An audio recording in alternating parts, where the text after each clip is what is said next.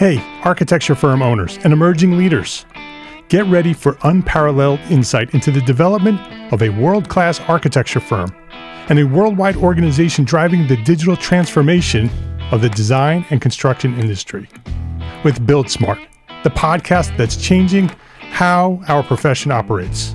We share the incredible stories behind innovation in the building industry with my friend and co-host, Patrick McLeamy, FAIA, former CEO of the international architecture firm, HOK.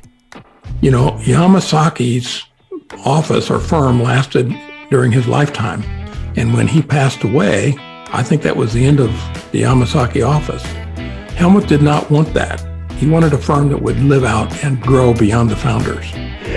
In Season 1, discover the untold stories behind HOK's meteoric rise, from 150 employees in St. Louis to a powerhouse with over 1,900 staff members and 27 offices worldwide. You know, they weren't as polite as the Kojima people. That was just boom. And anytime you have a creditor, whether it's Kojima or the bank, that wants their money, unless you can raise money someplace else, you are out of business. Bankrupt. And hold on tight for Season 2, where Patrick takes us on a new adventure as chairman of Building Smart International, shaping the future of digital transformation in the design, construction, and operation of built assets. Ian Howell, Ken Harold, and I, Ken was my technical representative from HOK. The three of us took a tour of Europe of 5 cities in 5 days. Very busy time. Simply follow the link in the show notes to subscribe to Build Smart now and uncover lessons that will transform you and your architecture firm.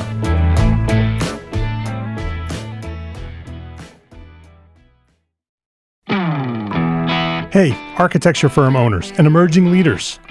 Get ready for unparalleled insight into the development of a world-class architecture firm and a worldwide organization driving the digital transformation of the design and construction industry. With Build Smart, the podcast that's changing how our profession operates. We share the incredible stories behind innovation in the building industry with my friend and co-host, Patrick McLeamy, FAIA, former CEO of the international architecture firm, HOK. You know, Yamasaki's office or firm lasted during his lifetime. And when he passed away, I think that was the end of the Yamasaki office. Helmut did not want that. He wanted a firm that would live out and grow beyond the founders. In Season 1, discover the untold stories behind HOK's meteoric rise, from 150 employees in St. Louis to a powerhouse with over 1,900 staff members and 27 offices worldwide. You know, they weren't as polite as the Kojima people. That was just boom. And anytime you have a creditor, whether it's Kojima or the bank, that wants their money, unless you can raise money someplace else, you are out of business. Bankrupt. And hold on tight for Season 2, where Patrick takes us on a new adventure as chairman of Building Smart International, shaping the future of digital transformation in the design, construction, and operation of built assets. Ian Howell, Ken Harold, and I, Ken was my technical representative from HOK. The three of us took a tour of Europe of 5 cities in 5 days. Very busy time. Simply follow the link in the show notes to subscribe to Build Smart now and uncover lessons that will transform you and your architecture firm.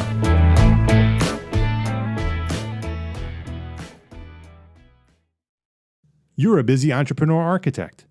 You're hustling to find the next project, meet with clients, keep the bills paid, and if you're lucky, maybe find some time to design. So how do you continue to learn what you need to know to grow?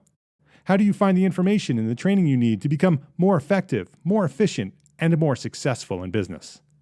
I know you're busy because I'm an entrepreneur architect too. That's why we built the EntreArchitect membership. On the first Wednesday of every month, we invite an expert into the academy, and they teach us about one specific topic on how to succeed at business. 60 minutes every month. Live training and Q&A. Then you can get right back to work. And when you're a member, you'll gain access to so much more. Unlimited access to business resources, a video library, digital courses, and a private member forum with hundreds of entrepreneur architects just like you. Everything you need to build a better business is available right now at EntreArchitect. Subscribe today at EntreArchitect.com/join. That's EntreArchitect.com/join. My name is Mark R. LePage, and you are listening to EntreArchitect Podcast, where each week I speak with inspiring, passionate people who share their knowledge and expertise, all to help you build a better business as a small firm entrepreneur architect. This is episode 293, and this week I'm speaking with Simon Maddox, and he'll share a step-by-step guide for developing foundational business systems at your architecture firm. This episode of EntreArchitect Podcast is supported by our platform sponsors. ARCAT, the online resource delivering quality building material information, CAD details, BIM specifications, and so much more at arcat.com. And FreshBooks, the cloud-based accounting software that makes running your small firm easy, fast, and secure. Spend less time on accounting and more time doing the work you love. Simon Maddox, welcome to EntreArchitect Podcast. Hi, Mark, and thank you for having me on. It's great to have you on. My audio might be a little bit different to listeners because today I'm mobile. You're coming from you're talking to me from Sydney, Australia, so we have a little bit of a time difference than we usually do here at EntreArchitect Podcast. So I'm in my mobile studio here, aka my car. And so the audio may be a little bit different, but I wanted to have this conversation with you, Simon, because you and I are very much on the same wavelength when it comes to helping small firm architects and other design professionals succeed in business.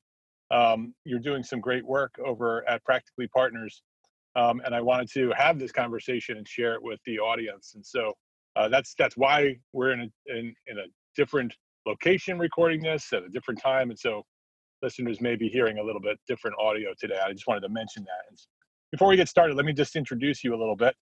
With more than 40 years of managing and owning various project businesses, the founder of Practically Partners has developed a deep-seated passion for helping project businesses become truly successful, offering practical coaching and development sessions for project businesses such as architects, interior designers, engineers, contractors, and project managers.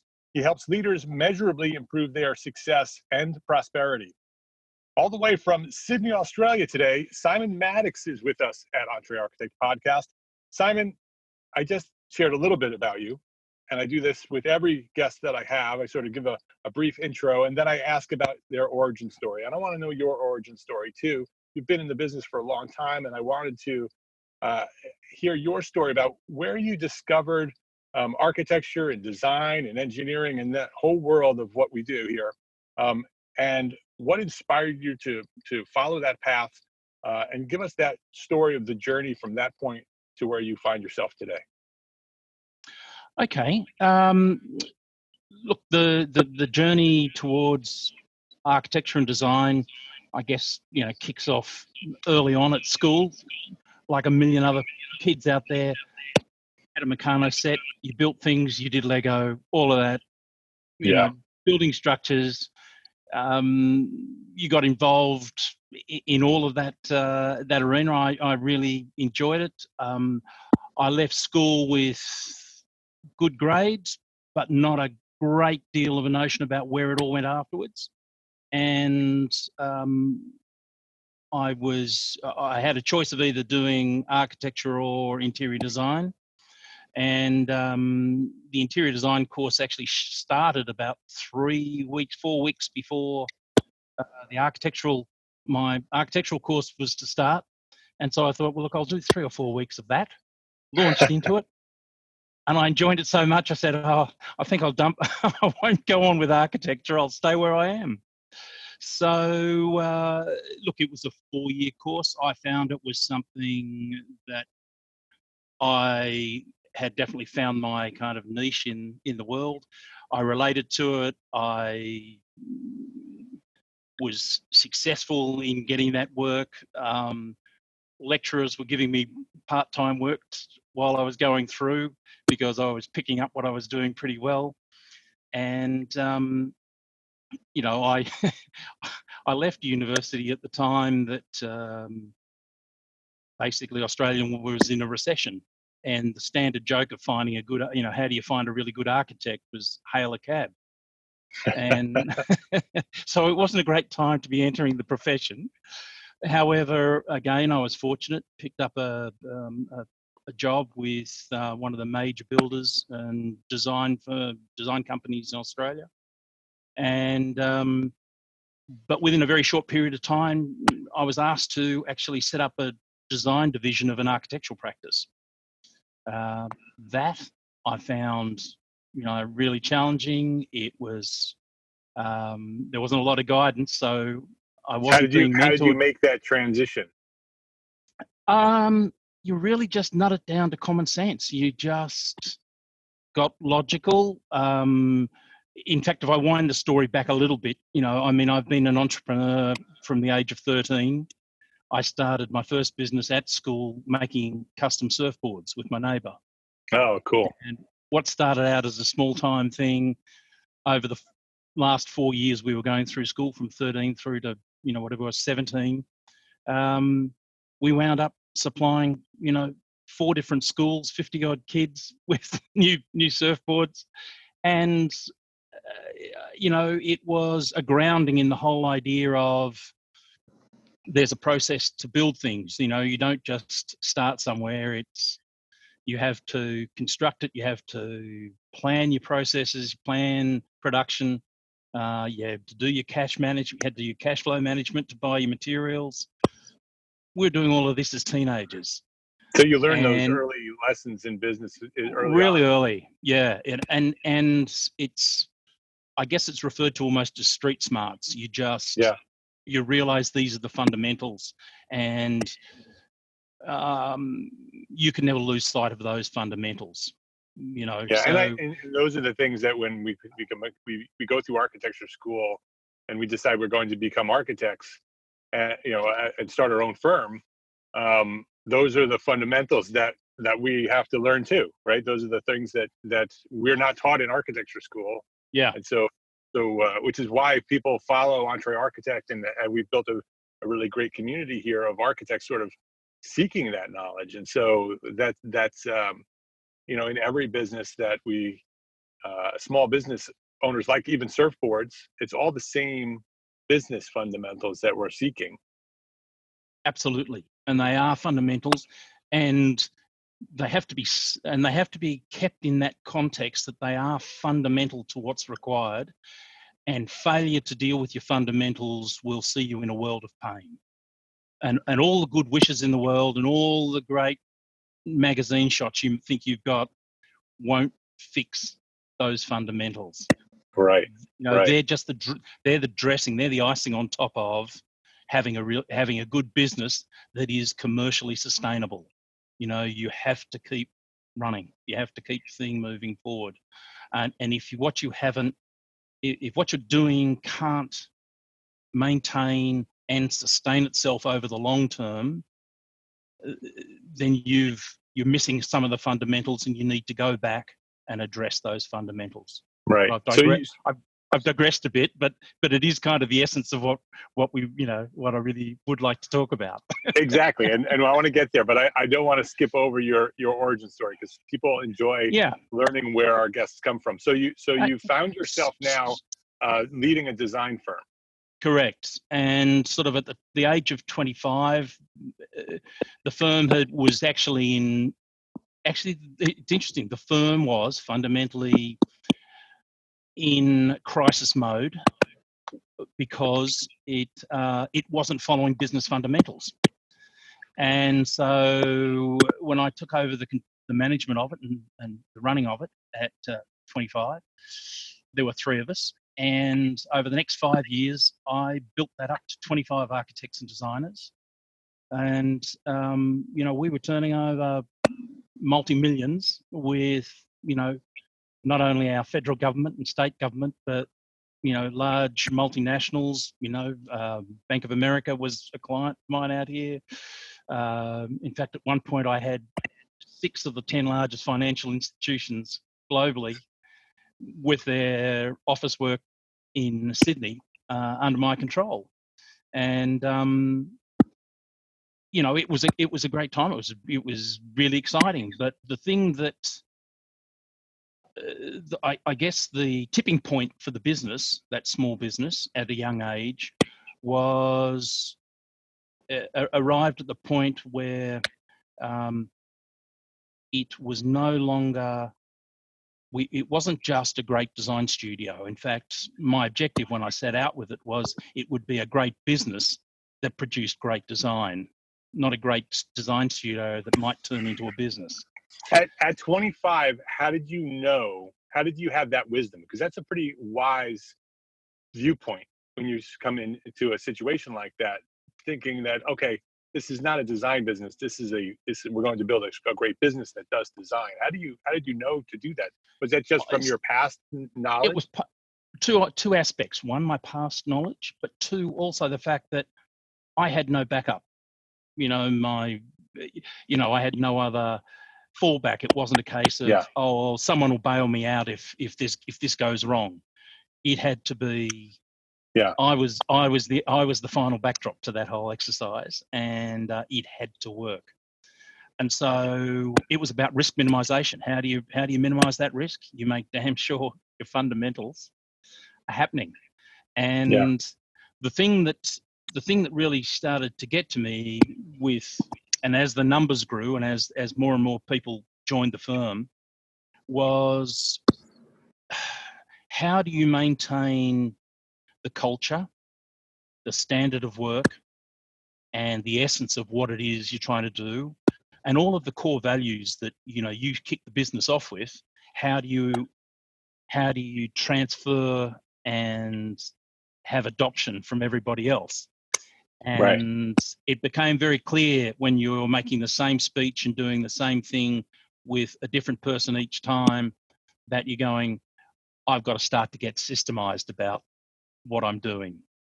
Start looking at the processes. These processes are starting to repeat themselves. It's just the same stuff. And it was an exercise where the tipping point was to say, okay, if we're looking at process, then we have something that can be defined.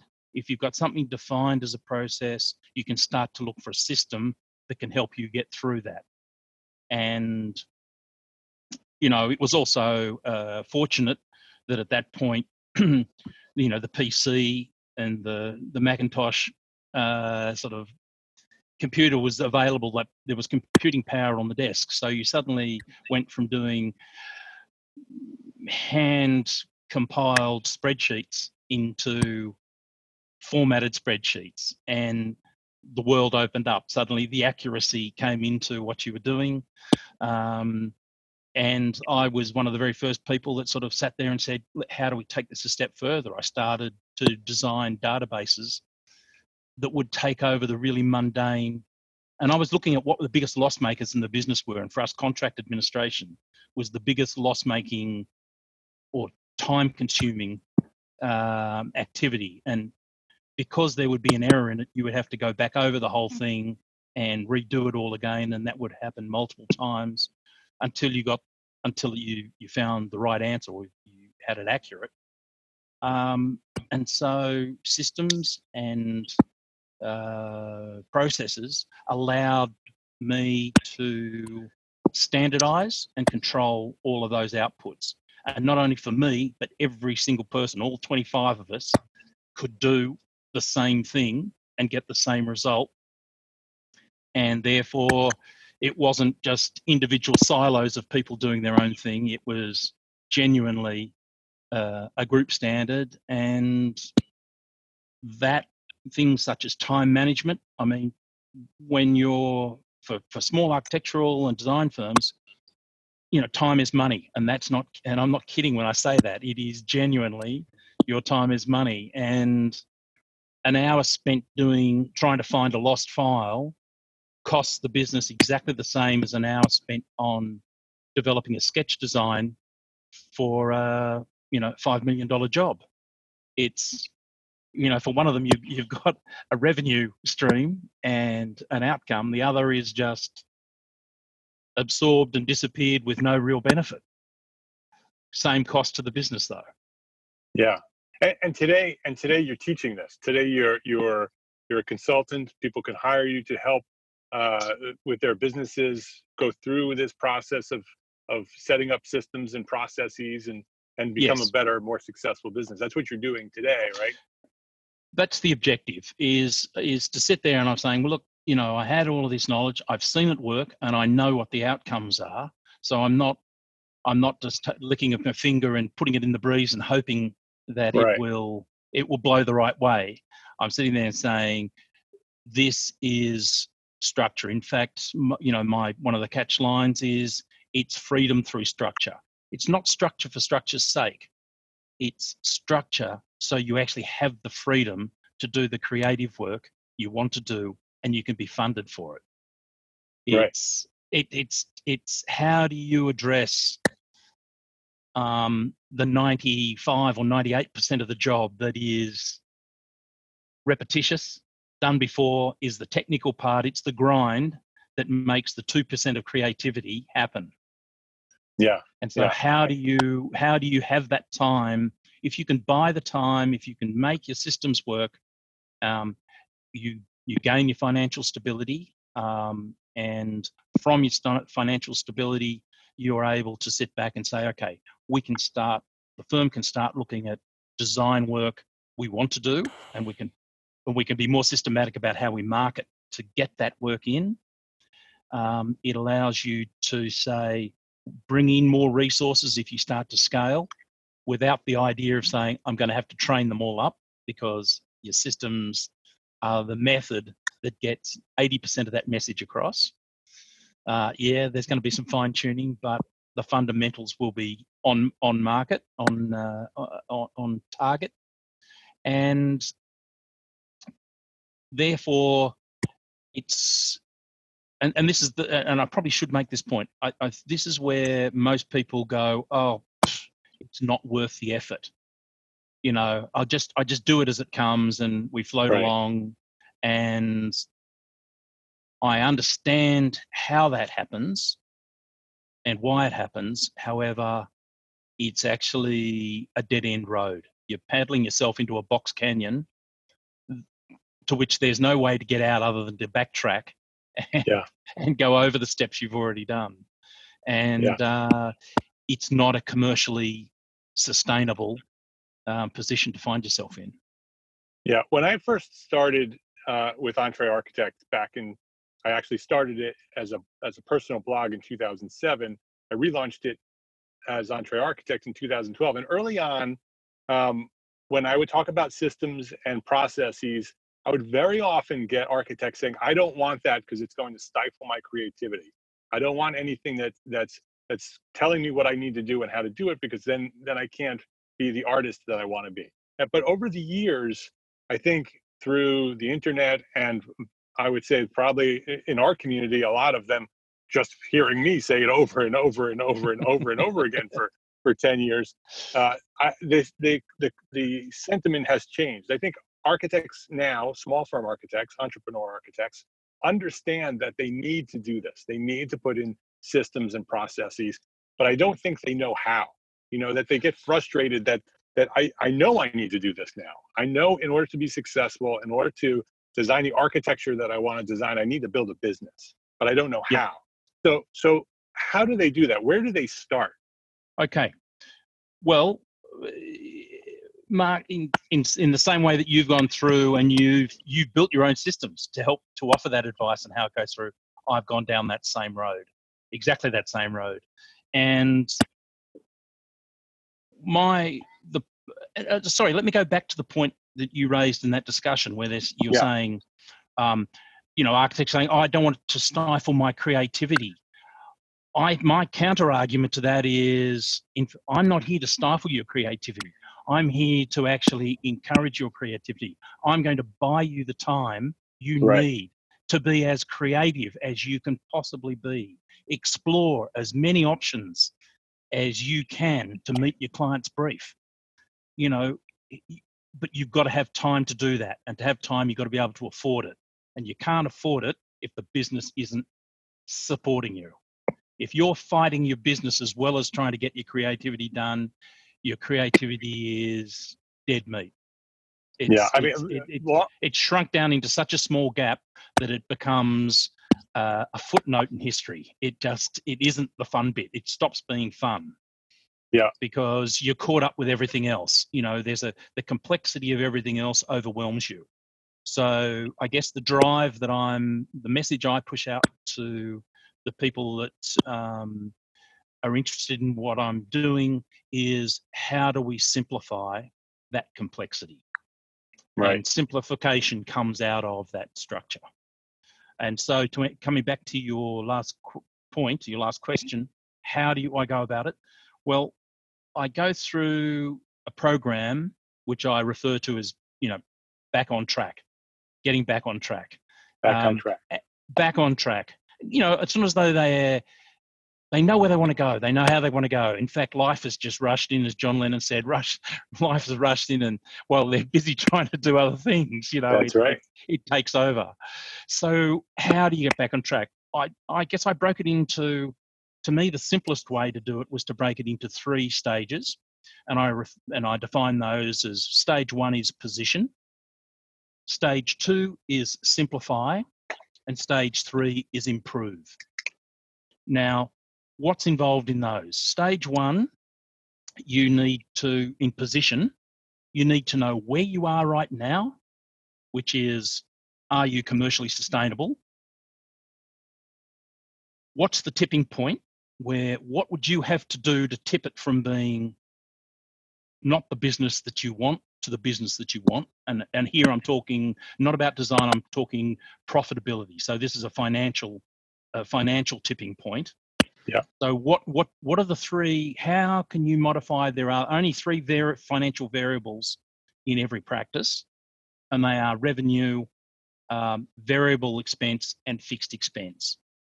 And the beauty of it is, really small changes in any of that 3 combination, when you multiply them all together, comes up with a phenomenal spin around on your profitability. It's amazing what it does.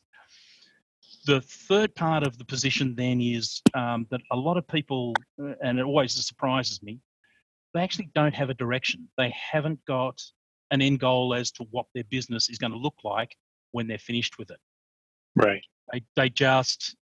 It's just on the treadmill. They are so used to getting in the treadmill that it's just one job in, runs through the treadmill, it goes out, another one comes in, and they're stuck. They're just standing still on the hamster wheel while it spins. Right. I think a lot of us have this dream of what they want it to be, but then every day they get into work and they just do the work, and they never do the planning. Go ahead. Well, the first thing is they never actually document what that end position is. Right. And so I break it down. There are basically 4 factors to determine that end position, and they are, people are looking. Success is defined, I believe, from my reading and research, I've broken it down into 4 elements that are involved. Number 1 of those is recognition. Recognition from the client, recognition that the team's done its job, recognition from your external stakeholders, that might be other consultants, authorities, etc. Then also, the general public and your peers and media. The peers, right? These are all things that recognition is a big driver, I think, in the work we do. Who wants to be sitting there producing something that no one appreciates? Right. Particularly the client. I always have the client at the top of that list. But people like to see things done. Why did you do that? It's going to look great in a magazine. All of that stuff. So if I go through the riff factors, the 4 factors, so 1's recognition. Number 2 is improvement. You want to be better. Improve everything. Improve the types of clients. Improve the types of projects. Improve the margin. Improve the talent you attract to your business. If you're looking to bring more people in, you're looking for improvement, and success is always about, I'm here now and I want to be further down the food chain somewhere else, and that means that move is an improvement. I have an aversion to using the word change, because change can go the other way. Improvement goes in one direction. Right. Improvement is positive change. A positive change. I've defined where this is, and improvement is something better than where we are now.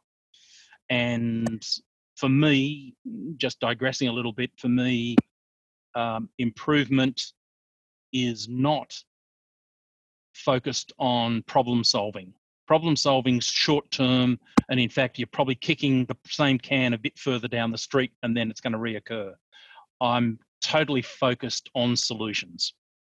Solutions are the holistic, big picture view, what you're doing, the improvement you make takes you somewhere else and takes the whole caravan with you at the time, doesn't leave bits behind.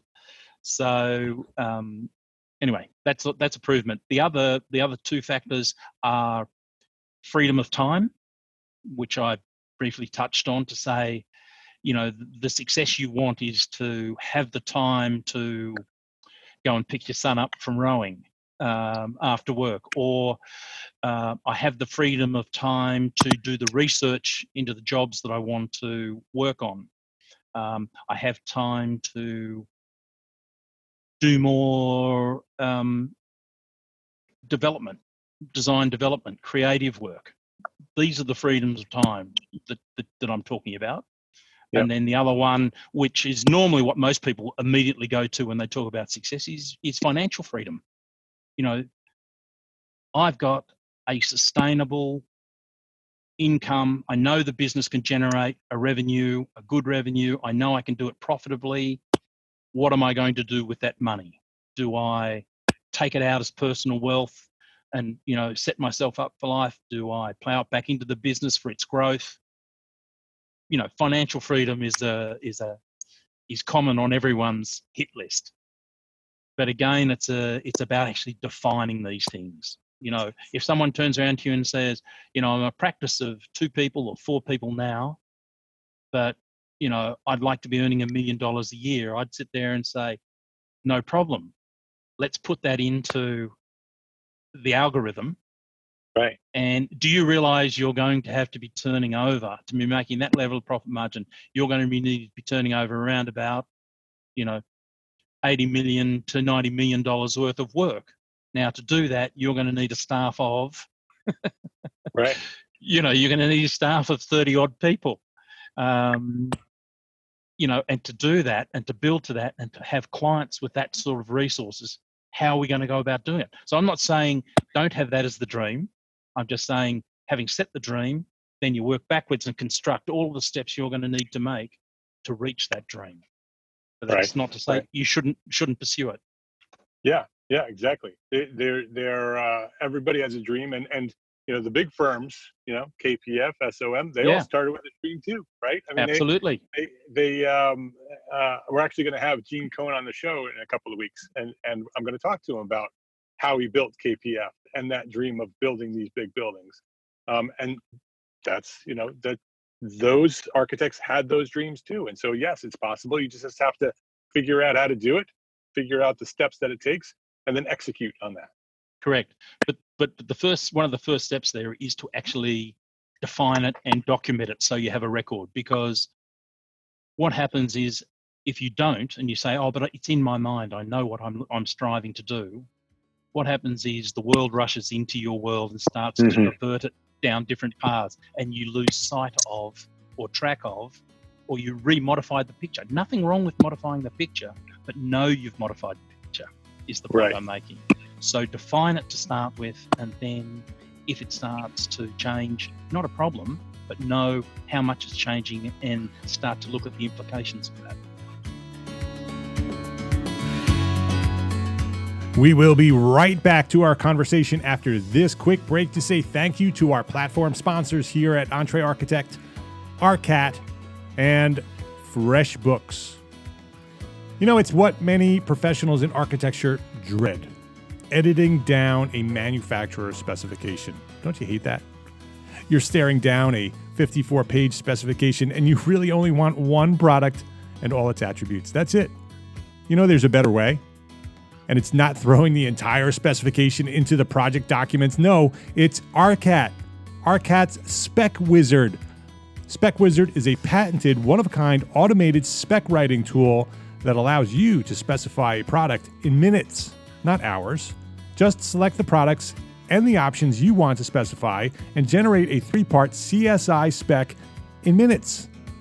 That's it. In minutes. 1, 2, 3. Best of all, it's free. It's free. There's no requirements for registration. You don't have to pay for it. It's free. Go to arcat.com today. That's ARCAT.com and build better content with SpecWizard. Do you remember when you started your small firm? It wasn't easy, right? It took a lot of late nights, early mornings, and the occasional all-nighter. Bottom line, you've been insanely busy ever since, so why not make things a little bit easier for yourself? Well, our friends at FreshBooks have a solution for you. FreshBooks invoicing and accounting software is designed specifically for small business owners like us. It's simple, intuitive, and it keeps you way more organized than that dusty shoebox filled with crumpled receipts. Create and send professional-looking invoices in 30 seconds and then get them paid 2 times faster with automated online payments. File expenses even quicker and keep them perfectly organized for tax time. And the best part? FreshBooks grows alongside your business. So as you grow, it grows. You'll always have the tools you need when you need them, without ever having to learn the ins and outs of accounting. Join the 24 million people who've already used FreshBooks. Try it for free for 30 days. No catch, no credit card. Free for 30 days. Visit EntreArchitect.com/FreshBooks. EntreArchitect.com/FreshBooks. And let them know that we sent you by entering EntreArchitect in the How Did You Hear About Us section to get started. ARCAT and FreshBooks. Please visit our platform sponsors today and thank them for supporting you, the EntreArchitect community. So you said position, simplify, and improve. Simplify? So, Okay, let's talk about simplify. Simplify is about the tools you need to make the changes that you're going to need to make your position work. And the rules of simplification, or what I call them guidelines, really not rules, are, what have we got here? 6 steps. And you need to look at organize, and that's to structure all of your on-business systems. And included in your what I refer to as on-business systems is your project management office, your PMO. This is the methodologies you're going to apply across all of your projects. And your PMO should be standardizing your methodologies, standardizing your processes for delivering your projects, etc. Then projects simply become the doing part of that PMO. The PMO holds the intellectual property, if you like, of how it's to be done, and then the project is the doing of it. So number 1 is organize. The next part is reduce. You've got to going back over all your systems, and I have to do this myself. You go back over all of the information things you have, and what you find is that there's an enormous amount of clutter that gets in the way of you wanting to do things. It is either irrelevant or out of date. And you need to remove all that stuff and reduce it down to the stuff that's active and relevant. So be intentional about the things that are wasting your time, the things that are not producing, the things correct. that are getting in the way of you doing the things that you should be doing. Correct. Then you come down, then the next line, once you've organized and reduced, you're looking for synergies. And this is where your systems cut in. This is where your processes come in, and you go, okay, how many times do I enter the job number onto different forms? What if there was, I've entered the job number once, and every time I open a form, the job number and the address, the site address, et cetera, is all embedded. You want your financial system and your time management system integrated. You want the synergies. You don't want to have to fill in one system and then extract the information and then go and enter that information again somewhere else. So, in the words of Buckminster Fuller, the synergies deliver a value that is greater than the sum of the parts. The geodesic dome was about, how do you minimize all of the componentry, into a structure that Yeah. sheds the load in a way, you get a strength that is far greater than any of the singular components that are involved in the construction of it. So from synergies, you then get into prioritize. And it comes back to the point actually you were talking about there, which is part of reduce. By prioritize, you look at the things that give you the best return on your priorities, are the things that give you the best return on that investment. And it's very much the 80-20 rule, your Pareto principle. Yep. Focus on what's the 20% that will give you probably 80% of the benefit you're looking for. Here you're seeking you're seeking success, not perfection. Because you can sit there and you pontificate forever about the last bits and pieces of something, but you knocked the nut, you've produced the guts of it very quickly, and that's where most of the meaning is. It's the low-hanging fruit. You might get in and make the most of that. Right. From prioritize, you then move into your time management, and this is where you start to look at your processes, and you look at defining what types of tasks there are. And I boil it down to 3 types of tasks. There are on-demand tasks. These are an issue that comes through the door, it happens, and it has to be addressed. No warning, you have to find the time to deal with that. Right. The way you find time is is in the next 2 types of tasks. There are planned tasks, in which, let's say, I've got to have a sketch plan produced by next Friday. It's a planned task. It should take me X number of hours. It may be more, it may be less, but I kind of know the process that I'm going to go through, and I will deal with the unique problems of this job while I go through that planning process. So I need some leeway. Yeah. Then you come to the 3rd type, and this is the one that people kind of get dismissive about, but it's actually the cornerstone to making it all work. And these are recurring tasks. These are tasks that happen. Some may be daily, some may be weekly, some may be monthly, others quarterly, even annually. They are recurring. You can define exactly what has to happen. You can write a process that covers exactly what has to happen. You know exactly how long it's going to take. And what you need to do is you need to start with that when you're looking at time management, and put that into your time system, because these are the things that must be done for your business to succeed. Right. You've got to keep these recurring tasks done. And what you need to do is punch those already into your forecast, your time forecast, and say, I know that time is not going to be available to me. So you're then planning with what's remaining, rather than the other way around, which is the on-demand sets all the criteria, and then you try and fit everything else in around it. And of course, it never fits.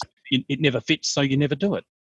Right. And, you're always trying to catch up. And so the vicious circle perpetuates itself, and it just gets worse and worse. You're on that hamster wheel, never winning. Right. So that's the time management side of it, where you to look down, to take control of, if you like, at the small level and build up from there. And then the last one is learning. I'm big into quality management systems, and so writing processes and procedures, documenting them, means that you know exactly what's got to happen. These can become recurring tasks, because all the time you're trying to push as many of your planned tasks into the recurring bucket as you can, because you've got the greatest control over recurring tasks than you do over on-demand or planned tasks. So the learning process is a way in which you can document how your firm wants to do things, and the advantage is, A, you don't have to reinvent the wheel next time when you face this same task or issue or process, and B, you've now set yourself up to be able to actually accurately delegate that to somebody else, so you can take yourself out of that loop and move it on, and know that if it's followed, you will get the outcome you're looking for. So they're the tools you need. And then you come back to the improve. And this is where you then break down your on-business functions.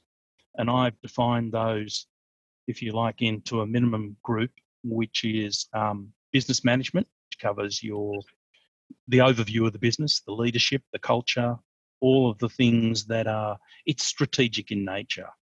Business management isn't really doing much. It's other parts of the business. But business management is the mixing pot where all of the information feeds up and you make informed decisions about what needs to happen in the business.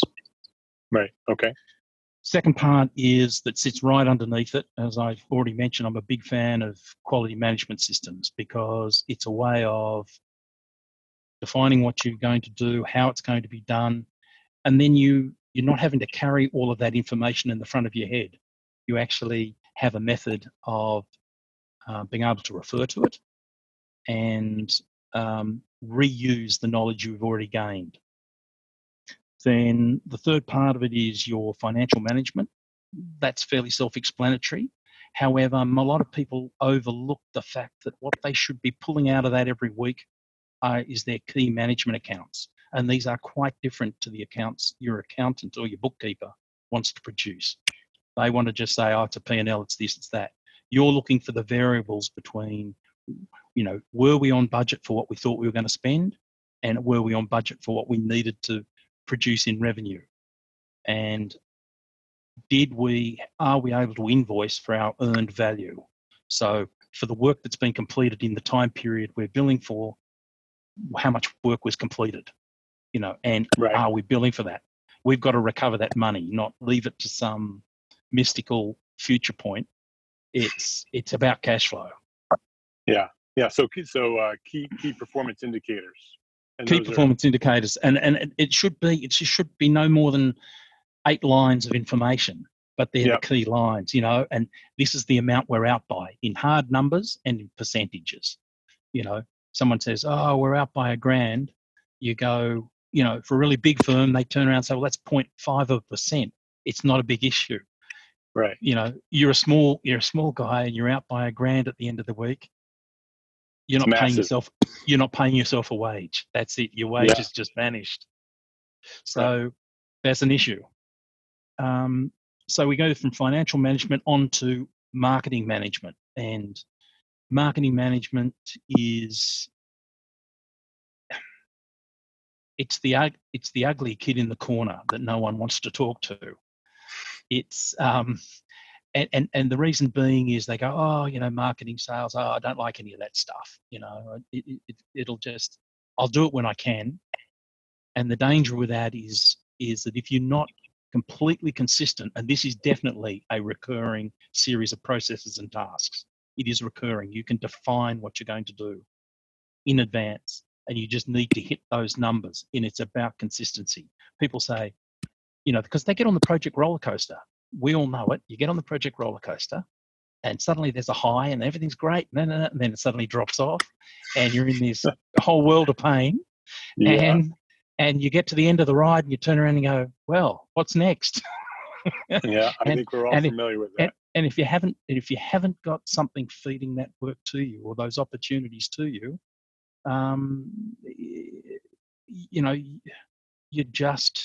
you're panicking. You get into panic and you start making bad decisions. You start chasing your tail and you're not building a sustainable business. You're just going hand to mouth. That's a problem. Yeah. So marketing management is the other one that you need to then improve. And when I say improve these things, you're using all of the tools that came out of the Simplify process. So then you move on to resource management. Resource management covers your HR, your premises, your facilities, and your IT support systems. Yeah. How do you manage all of that stuff? Probably not that much of a creative area, but it's something that has to be managed and you need to know where it's going. And then the last two are knowledge management. Now, knowledge management is, I actually have as a standalone thing because I have put a great deal of importance on collecting knowledge, knowing what you have, and then being able to recover it when you need it. it could quite easily be folded back into resources because it is a resource that you're talking about. But I like the idea of having it standalone because I think it's the importance that is due to that issue.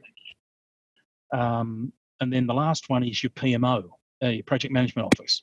And, that's your engine room. That's what differentiates a project business from any other type of small business. Projects are so unique. They are temporary endeavors, with a start date, a finish date.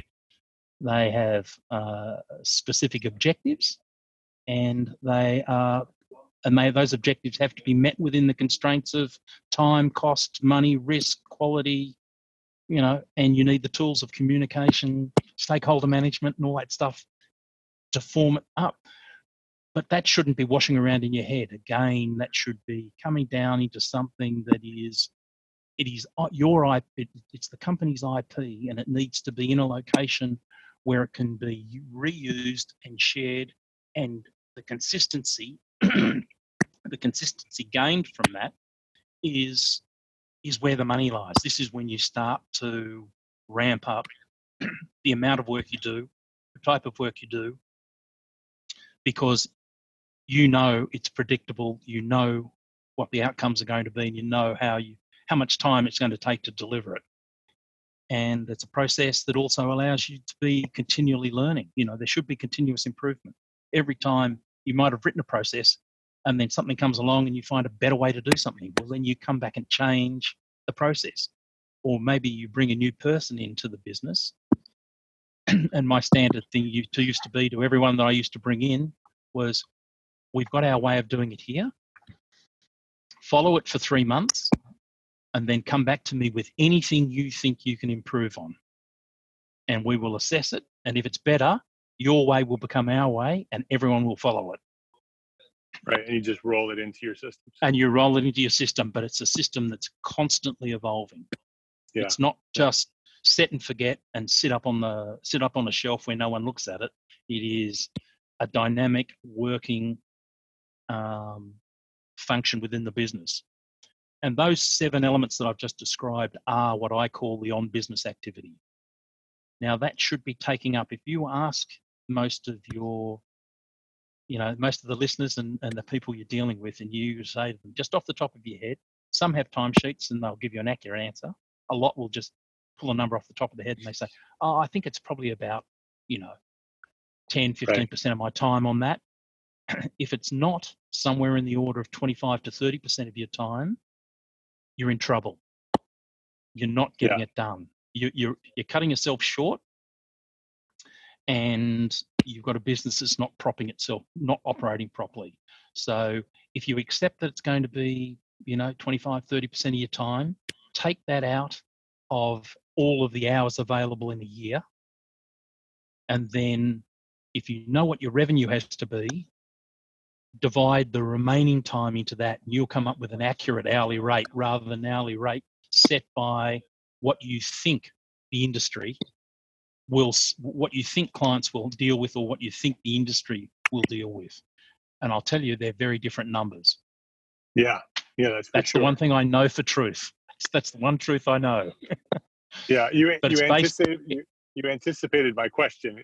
Is I'm listening to your framework of basically a typical project-based small business. Everything you just described is you pulled apart this business, and these are all the different pieces of it. So we have to attend to each one in order for our businesses to be successful. So now I'm a small firm architect, and I'm listening to this, and I'm overwhelmed with all of the things I have to do, right? Because now it's right in front of my face. You just opened it up and said, here's what you need to do. And so what do you say to the architects who are listening to you, who say, I don't have the time to do all the things that you just said that I need to do? How do I find the time to do that? Well, time is finite. That's a fact. And the job we're involved in, everybody's in a project business, is in an infinite job. So there's infinite amount of work, but you just can't keep adding more hours to it. My recommendation, and certainly the methodology that I've used with getting people back on track, is actually what you do is you make the fundamentals of running your business sacrosanct. You put that time aside, and that's the first thing you do. You time Then block. you time block. Then you say, I've now got this to do my project in. Right. And what that means is you get far more focused about how you go about that. Procrastination disappears. You start to become a more efficient and effective about what you're doing, but also more honest about the amount of time and what it costs to do that. Because the point to this is, if let's just say you're nominally working a 40-hour week, that's if you employ someone in contract that says we expect you to work this many hours a week. Well, the reality is, because these systems blow out and people don't manage them, they wind up ploughing in huge amounts of overtime and to make ends meet. Right. And I don't think I haven't got an answer that's going to make that go away. But what I do have is an answer for how to get paid for it. So if you're back working till 10 o'clock at night to get something done, it's not coming out of your pocket. It's being paid for by the client. And it's that change in mindset and the change in structure that allows that to happen. Is putting the time aside for things that must get done to keep your business moving, then knowing that your business is going to be in business allows you to get on and do your projects for your clients. And it's not the other way around, whereas most people rush the other way around. Why do they do that? Really simply, in the words of Michael Gerber, they start out as technicians. They start out really, really good at what they do. And then they try to turn that into a business. And I'm saying, start with the business and turn it into a really good technical, creative job. Right. And you just gave us a great step-by-step process on what we need to focus on, step by step. Go down this list. Listen to this episode again, and get your notebook out and write all these things down, and get started. Block out the time in your calendar and say, okay, this is the time that I'm going to spend on my business, not working in my business. And every week I'm going to spend 25% of my week on developing my business and making sure that all these things are being developed and managed and updated and improved on a regular basis. And so, Simon, this has been fantastic. So much information in this episode. It's definitely one that I think that listeners, that's the benefit of it being recorded, is that they can rewind it and they can go back to the beginning and they can listen to it all over again. So super, super valuable. So I appreciate you spending the time to go through the process. It's exactly what I had hoped we would do today. Before we wrap up, go ahead. Oh, sorry. I was just saying, Mark, thank you for the opportunity. I thought I skipped over it. I'm not sure I've. It's fairly high level. Everything we've discussed is pretty high level. Sure. But to the point is, what's the old adage? How do you eat an elephant? One little piece at a time. And that's what it's about, is actually just setting us, for everybody out there who has to address this issue, don't be overwhelmed by the size and the magnitude. Just keep breaking it down. It is, in fact, I have a diagram that describes the structure, the architecture of a project business. And it's based on Sierpinski's triangle, which is, a fractal geometry which can be shrunk down to any size you want and still work, or blown up to any size you need and the mathematics of it work at any scale. And that's what a business is about. That's what these things are. You just keep, you look at marketing, then you break it down into your website.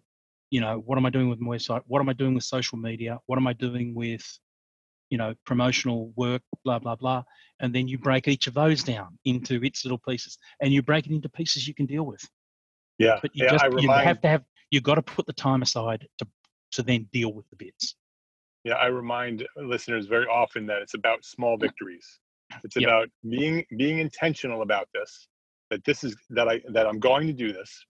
and getting it on your calendar, time blocking your time so you know that this is time that you are going to spend on your business. It's just as important as any client meeting, probably more important than any client meeting, so you don't cancel it on yourself. This is time that you're going to spend on it, and you just keep moving forward one piece at a time, and you just keep one small victory after another, and eventually it all comes together. And then as it starts coming together, the machine starts moving, right? The gears start turning, and Correct. the momentum starts happening, and the flywheel starts spinning, and it starts, Correct. getting easier and easier and easier and easier as you do it. It's very Correct. hard when we start because we haven't started yet, right? Yeah. It's hard to get that flywheel started, but once it starts rolling, things get easier. It does, and that's ultimately how I took a firm from 3 to 25. Once it started to gain momentum, we transformed, and I use this line, we transformed from striving into thriving. We were thriving with success. We weren't striving to get there. We were then thriving with it, and it's self-perpetuating. Right, and we can all do it. It's just about being intentional about it, planning it out, and getting started doing it. Simon, just before we wrap up here, I wanted to ask you the question that I ask everybody. What is one thing that a small firm architect can do today to build a better business for tomorrow? I think this entire episode was an answer to that question over and over and over again. So pick one. But do you have a specific answer for this question? Actually, I don't like to stay inside. I always colour in outside the lines. Look, I think there would be, and they can pick one of these two. If they want to take on a slightly larger task, is to do the algorithm, to set down and do the structure for their commercial sustainability. Just to actually know, not by gut instinct, that what they hope they're doing will get them there, that there's actually a mathematical solution to getting them there, and it's quite simple. In fact, I can offer that up as a sheet to people, or I can go through it with them and whatever. It's really quite a simple thing to do. What's the best way for people to reach out to you if they wanted to talk to you about that? Look, I think probably through the website is probably the easiest. Or look, they could even email me and I can send it out. It is it's a spreadsheet, and it's and all they're going to be putting into it is their how many resources they have. So if it's only one, it's one. If it's five, it's five, and what the current charge out rates are. And you punch that in, and it will say, here is your target capacity. Right. And then the big question is, if that's your target capacity in terms of revenue, that's the revenue you should be making. Are you making it? Because there are some big giveaways. When you start seeing gaps in numbers, you start going, right. Something's not accurate. So that's probably on the larger scale. On the smaller scale, really simple, really thing is to just sit down and make a list of every recurring task you have, either daily, weekly, bi-weekly, monthly, quarterly, whatever. Make a long list. Doesn't matter, and it can be across anything. It can be in business management, it could be in finance, it could be in marketing, it could be in whatever they are. Doesn't matter. List them all out. And then if it's a recurring task, they can sit down and actually write a process of exactly what's involved in that, and they can do a calculation on a simple spreadsheet. Just go, task X is recurring, and it takes me 15 minutes a day. Punch it in. When you add all of those up, you suddenly realize where the 25 to 30% of your time is starting to appear. And it's not the notional, I'll allow 10%. I'll allow half an hour a day to do it. Half an hour a day doesn't cut it. It just means you're cheating the system because you're doing it on weekends or at nights to make up for it.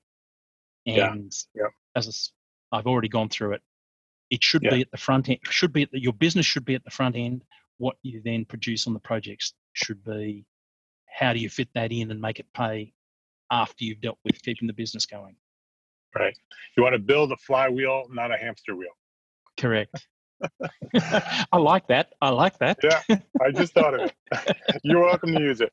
So practicallypartners.com.au for Australia. So practicallypartners.com.au. We'll have that on the show notes on the website. So anybody who wants to, if anybody is driving and can't write it down, just go to the show notes. You can find Simon on LinkedIn, Facebook, and Instagram. Mostly LinkedIn, right? That's where LinkedIn's for me. Yep. Okay, and that's it. So if you want to reach out to Simon and say thank you for dropping all of this great knowledge on us today, if you want to talk to him about the algorithm, it's practicallypartners.com.au. Simon, this has been a really great conversation. I really enjoy speaking with you.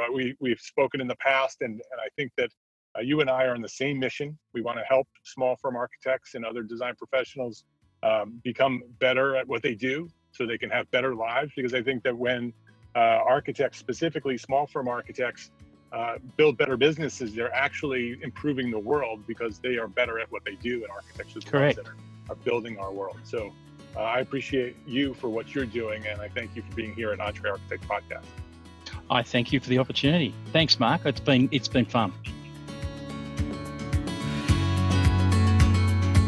So thank you for listening. First of all, thanks for putting up with the audio. I know the audio was not at my normal standard, but I hope that the value that Simon brought to this episode far outweighed my audio issues. So if you do want to share this episode with your friends, today's episode is episode 293.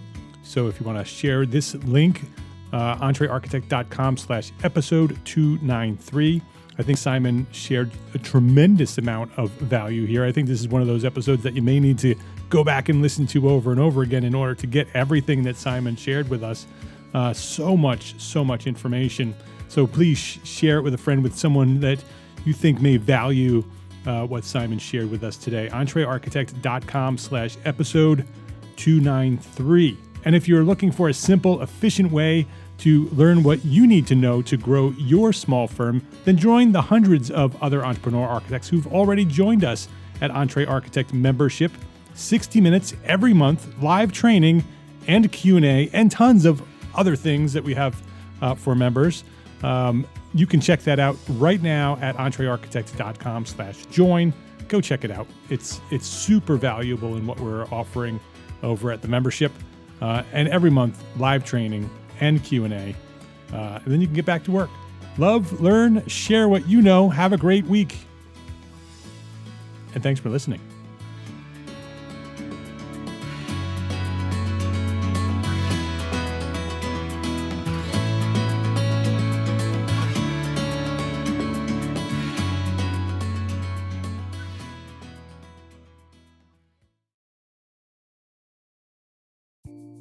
Imagine earning continuing education credits while doing exactly what you're doing right now. Well, you can. Gable Media has revolutionized the way you earn your continuing education credits with a groundbreaking approach. Forget running around town and scouring the internet for credit-worthy courses. Fulfill your CE requirements effortlessly by listening to engaging podcasts just like the one you're listening to now. Our podcasts are designed to educate, entertain, and inspire, all in a user-friendly environment. But wait, there's more. Architects, Gable Media is also approved as an AIA continuing education services provider. Upon completion, we handle everything, from reporting your hours directly to the AIA to storing your certificates in your personal Gable Media profile for your self-reporting needs. So follow the link in the show notes and start earning your credits in the most innovative and entertaining way possible with Gable Media. Attention architects and creative minds, get ready to supercharge your brand with Build Your Brand, the podcast that's unlocking the secrets of branding success for creatives. Hey there, it's Mark Arlepage, founder of EntreArchitect, and I'm inviting you to join my friend, architect marketing expert Jeff Eccles at Build Your Brand podcast, where he explores the captivating stories of the world's top brands and transforms their lessons into powerful moves for small firm architects and creatives like you. In Season 1, Jeff shares the thrilling tale of Southwest Airlines, where he dissects their journey to the summit and distills it into strategies tailor-made for you. It's important to keep in mind that companies like Southwest compete in the real world, just like you, and face real-world challenges, just like you. You might be surprised at how similar those challenges are to the struggles that you grapple with on a day-to-day basis. Don't miss out on your blueprint for success. Subscribe, tune in, and let's build your brand together. You may have noticed that the very best brands in the world are also known for having somewhat unique corporate cultures. That's often the glue that holds everything together when they encounter those rough spots. We don't do it because it inconveniences the passengers to whom we are primarily dedicated, the short haul, frequent flyer.